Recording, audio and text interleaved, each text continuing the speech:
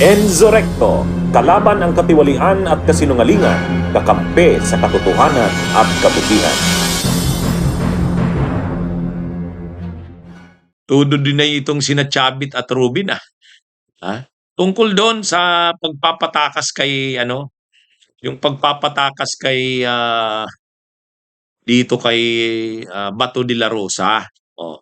Ang lumabas kasing mga balita, lalo na si Montulfo, ang sabi ni Montulfo, pagkagaling daw sa Senado, dinala sa Manila Yacht Club.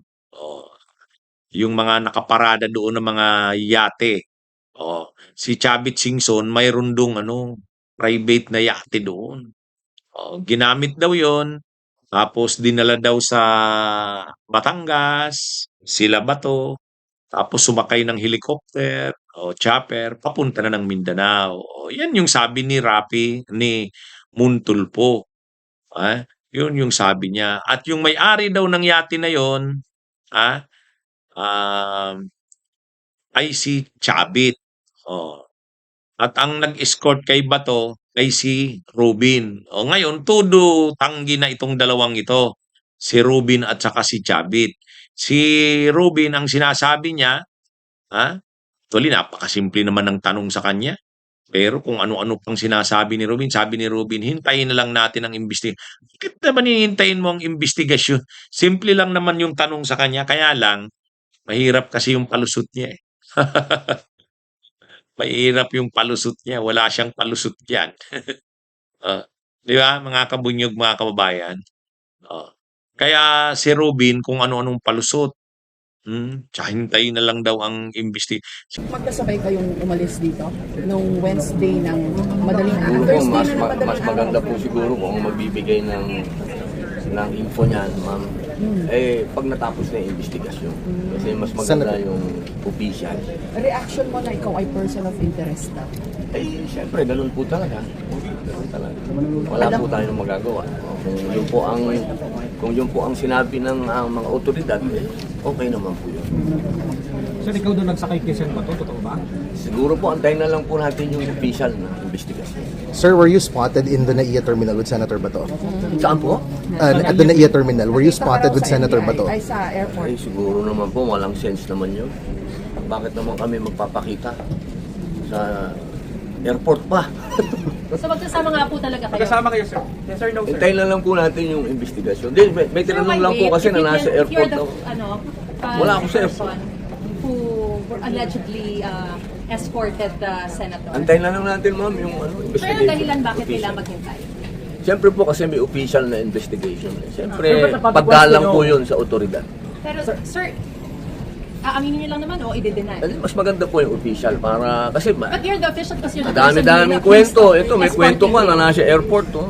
Pero nasa Bira Pilipinas naman. kasi, May sir. kwento pa. Sir, may chance kwento ba? pa na yate. Sir, may chance pa na umalis si Senator Bato sa bansa, Makausap niyo sir? na ulit siya? Sen Bato? Yan ang mahirap sagutin. Ano masasabi mo dun sa yate? Kumakas Sabi ka daw, sa yate. sabi po napanood ko lang naman si Manong Chavit. Hindi naman totoo yun. Hindi po totoo yung naya, hindi totoo yung...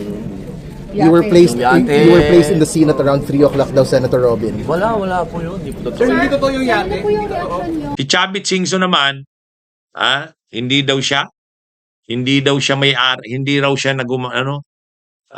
hindi daw totoo yung mga sa kanya, mga aligasyon sa kanya. Sabi niya, ito yung eksaktong ni Chavit Singson. Chavit denies providing Bato a yacht. Gusto lang nila ako isabit para i-raid ang bahay ko. Oh. Hindi raw siya nag-provide ng yate kay Bato. Gusto lang daw i-raid ang kanyang bahay. Oh. Siyempre, kung sangkot siya,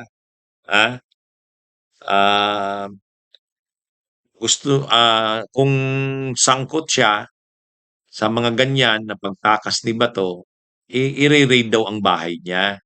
Yan yung sabi ni Chavit. Hindi daw totoo yan na nagpagamit siya ng yate niya. Hindi raw totoo na yung chopper niya pinagamit niya rin.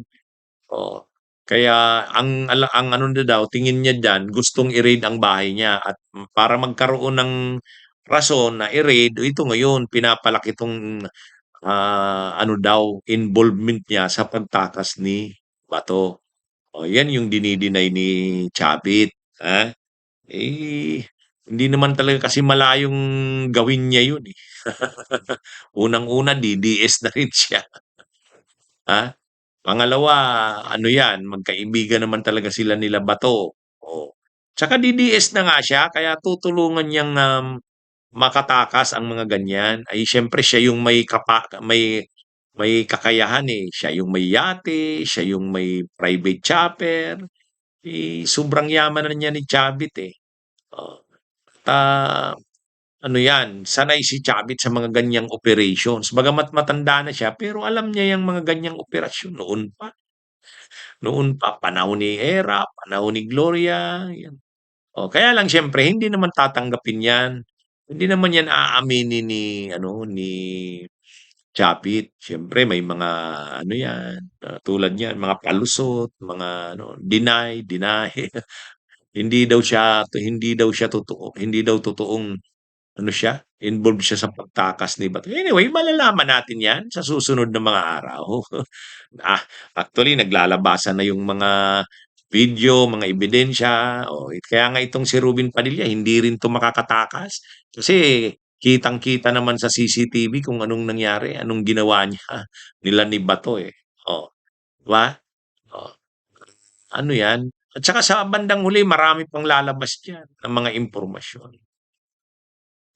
Ano 'yan, yung pagtutudo deny ni Ruben at saka ni Chavit sa bandang huli mahihirapan sila diyan.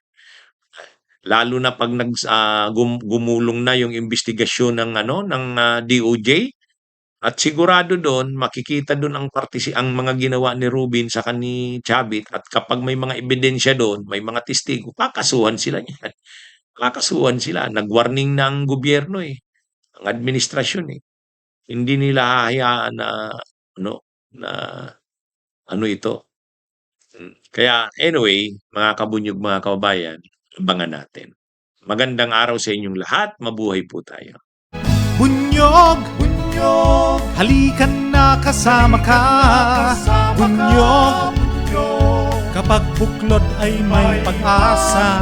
Luzon, Visayas, Mindanao, isa ang pananaw. Sa bagong Pilipinas ang bunyog isisigaw. Bunyog.